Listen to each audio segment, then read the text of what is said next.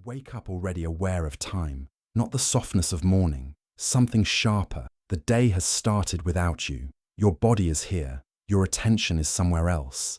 It feels like stepping into a scene already in motion. By afternoon, there's friction. Nothing is hard. Yet everything takes more effort than it should.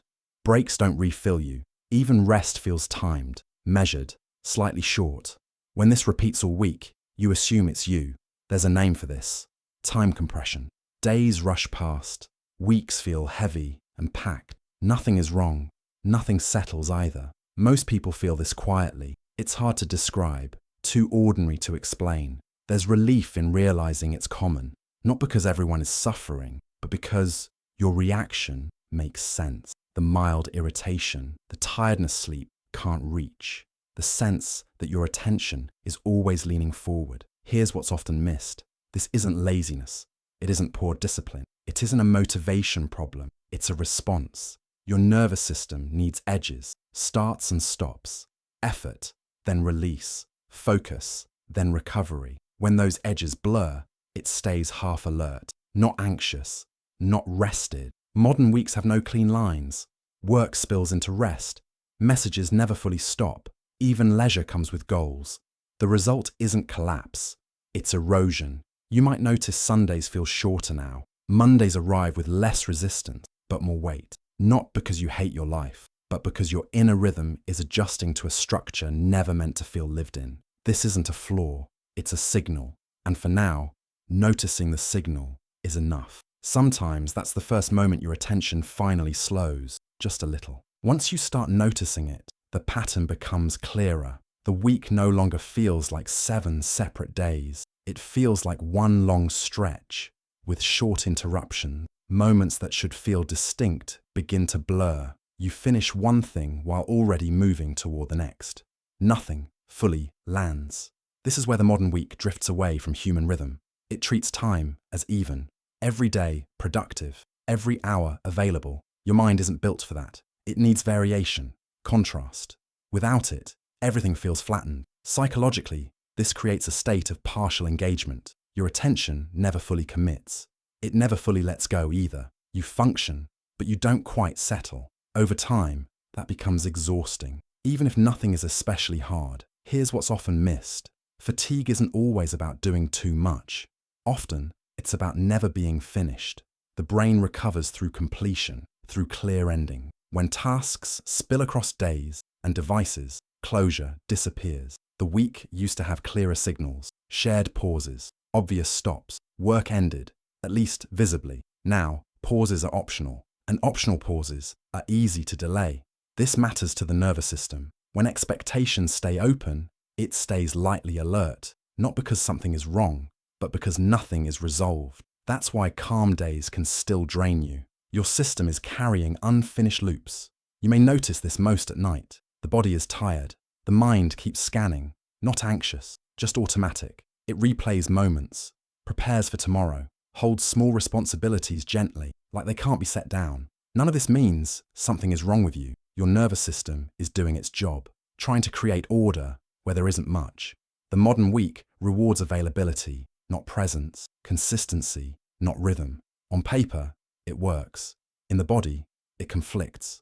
The conflict stays quiet, a restlessness, a soft impatience, the sense that time keeps slipping, even when you're careful. Again, this isn't failure, it's information. Your experience is describing the environment it lives in. And once you see that, the feeling starts to change shape. When you look closer, the week starts to feel like a container that's always too full. Nothing spills over. The pressure is spread evenly. You adjust to it without noticing the adjustment. That's why the exhaustion is quiet. Loud stress gets attention. Quiet strain becomes normal. It turns into the background of your life. You stop checking if you're tired. You just assume you are. Here's what's easy to forget. The human brain formed around clear cycles. Light and dark, work and rest, effort, then stopping. Those cycles made recovery predictable, and prediction matters. When the body knows rest is coming, it relaxes ahead of time. The modern week breaks that pattern. Rest has to be earned, planned, optimized. It's no longer guaranteed. It's another task. So even when you stop, part of you stays alert. At a low level, stress hormones linger. Not enough to feel alarming, enough to block deep recovery. Over time, effort changes shape. Small tasks feel heavier, choices cost more, motivation dips. Not because you care less, because your system is saving energy. You might notice cravings when you're tired, scrolling, snacking, noise in the background. These aren't distractions, they're regulation. Your brain is looking for contrast, a boundary between moments that blur together. There's an irony here. The smoother the week becomes, the harder it is to feel oriented. Efficiency removes friction, but friction once gave feedback. Without it, time loses texture. That's why days can feel fast and slow at once. Hours vanish, weeks drag, your attention moves. Meaning doesn't keep up. They slip out of sync. This doesn't mean rejecting modern life. No big overhaul is required. It changes the frame. What you feel isn't weakness. It's a nervous system adapting to continuity without completion. Once you see that, the question shifts. Not why am I tired, but where did the endings go? And that question is quieter, but much more useful. When you start asking where the endings went, something shifts. The week stops feeling like a personal test. It starts to look like a system missing punctuation. Human experience needs markers, small signals that say this part is done, something else can begin. Without those signals, effort stretches, attention thins, rest becomes inefficient. Not because you're resting wrong, but because the body doesn't recognize that rest has begun. Here's what's rarely noticed.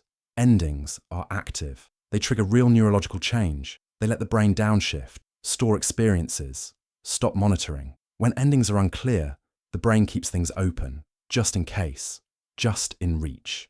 The modern week removes many natural stops. Work doesn't clearly end. Communication never fully pauses. Even weekends point forward. The result is a constant almost. Almost done, almost caught up, almost rested. That's why time off can feel unsatisfying. You may have space, but your system leans forward, waiting for a message, a reminder.